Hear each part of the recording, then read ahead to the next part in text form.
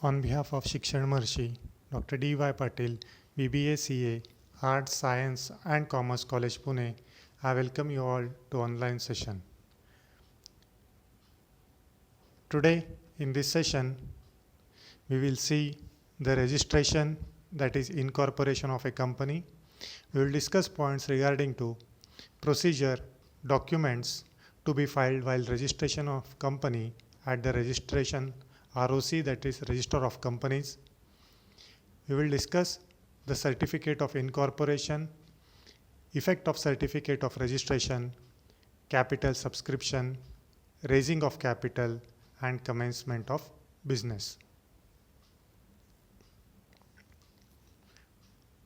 To begin with, as we all know, incorporation is the second stage of company's formation. It is the registration of the company as a body corporate under the Companies Act 1956. To understand here, we must know that after registration only, company becomes a or association becomes a body corporate.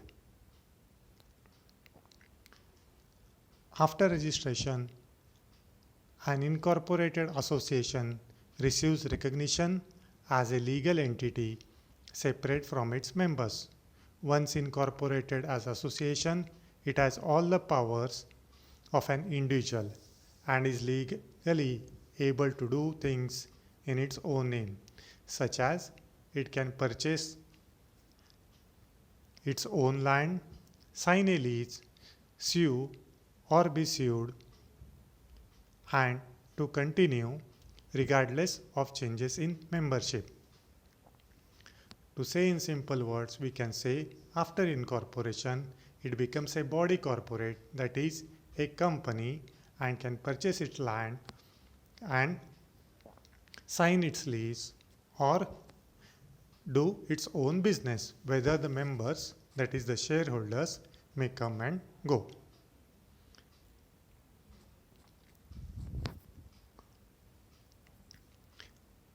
Incorporation has to follow the following provisions as per legal requirement. Now we will see mode of forming incorporated company. As we all know, in case of a public limited company, any 7 or more members, while in case of a private limited company, 2 or more persons associated and coming together for a lawful purpose may, by subscribing their names to a memorandum of association and otherwise complying with the requirements of the Act in respect of registration, form an incorporated company with or without limited liability. Here it is to remember that in case of public, minimum 7, while in case of private, minimum 2 members coming together with a lawful object and signing to the memorandum of association can form a company. Second important step in incorporation is availability and approval of the name of the company. A company is identified with the name with which it is registered. The promoter should decide upon the availability and approval of the name from the Register of Companies.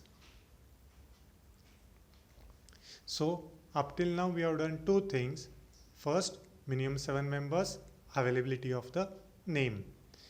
Now the third thing while incorporation is that are the documents to be filed with the Register of Companies. Now what are the documents like? The major documents are Memorandum of Association. Now we'll see what is actually meant by Memorandum of Association. It is an important document of the company which defines the objects, that is objectives of the company, and establishes its relationship with the outside world. It contains the name clause, the objectives of the company, what is the company going to do, the situation, the location of the company, the liability of the company. All these things form the Memorandum of Association. The second document which the company has to file with the registrar is Articles of Association. Now the articles are nothing but the bylaws of the company concerning with its internal management, and it is popularly known as Doctrine of Internal Management. It must be signed by the subscribers to the memorandum. Articles of Association means who is to do what, when he is to do, and where that person has to do the things. That is nothing but Articles of Association. The third document which has to be filed with the registrar is the notice as per section 146 of the Companies Act. It contains information as to situation of the office of the company. The fourth document is, it is the agreement as per the provision of section 33 of the Indian Companies Act. The copy of agreement, if any, where the company proposes to enter into with any individual, firm or company should be filed. An agreement filed with any other person while doing or incorporating the company has to be filed during the incorporation. The next document is written containing the particulars of first directors of the company. It is required for all companies so that at the registrar's office anyone can know about the directors of any company. So next document is talks about the directors of the company. The sixth document contains list of directors with their names and other details that has to be submitted with the register of companies. The seventh document that has to be filed at the register of companies is written consent of all the directors of the proposed company must express the written consent that they have no objection in working as the director of the company. It is necessary that the directors must subscribe for the qualification shares. The next document is the statutory declaration. It is necessary for the incorporation of a company that is statutory declaration be signed by director stating what is the content like, that all the requirements of the Companies Act have been duly fulfilled. The next document to be filed at the registrar's office is undertaking of a director to take and pay for qualification shares with necessary stamp duties. The last document that has to be filed with Register of Companies is payment of fees. The company must pay the prescribed filing and registration fee and stamp duty while filing the above documents.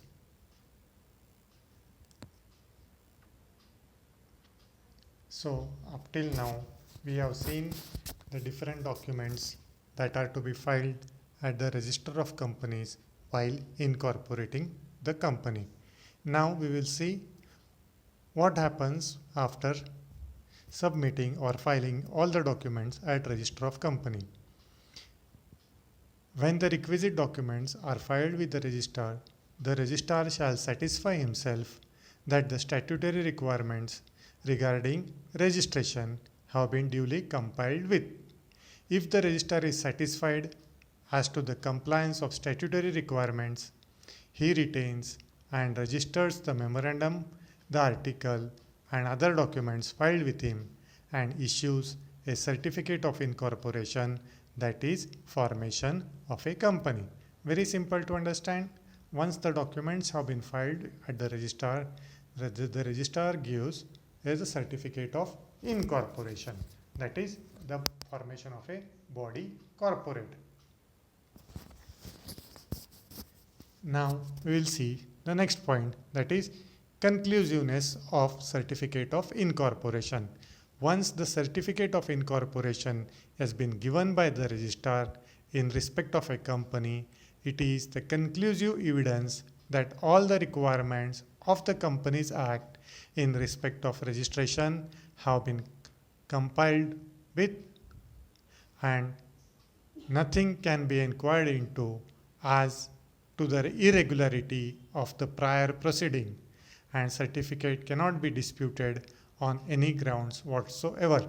So after receiving the certificate of incorporation, the company comes into effect.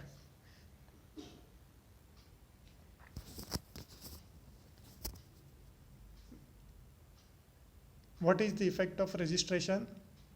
The Register of Companies will carefully scrutinize the documents, and if satisfied with compliance of legal formalities regarding registration, he enters the name of the company in his register. Once name is entered in the register, incorporation certificate is received and company comes into being. The next stage is capital subscription or flotation. That is the third stage of formation of a company. When a company has been registered and received a certificate of incorporation, it is ready for flotation. That is to say that it can go ahead with raising of capital sufficient to commence business and to carry it on satisfactorily. You have to remember two things: that in flotation, a private company cannot invite public to subscribe to its share capital. Therefore, when a private company is formed, it is necessary that the capital is obtained from friends and relatives, while in case of a public company, it can invite shares from the public.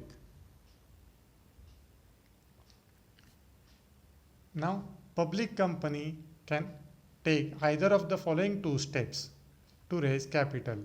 It can issue a prospectus in case it is public is to be invited to subscribe to its capital, or it can just simply file a statement in lieu of prospectus in case capital has been arranged privately. So in flotation, what happens?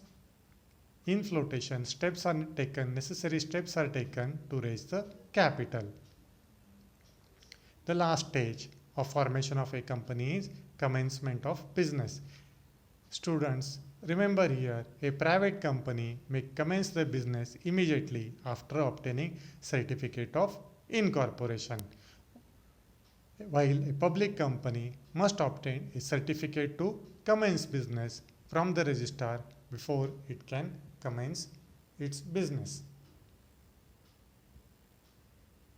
So in today's lecture,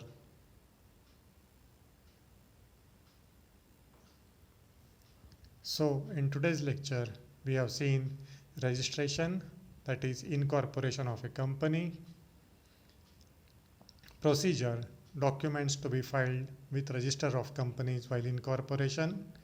We have seen certificate of incorporation, effect of certificate of registration, that is incorporation, capital subscription, raising of capital, and commencement of business. That's all for today. Thank you.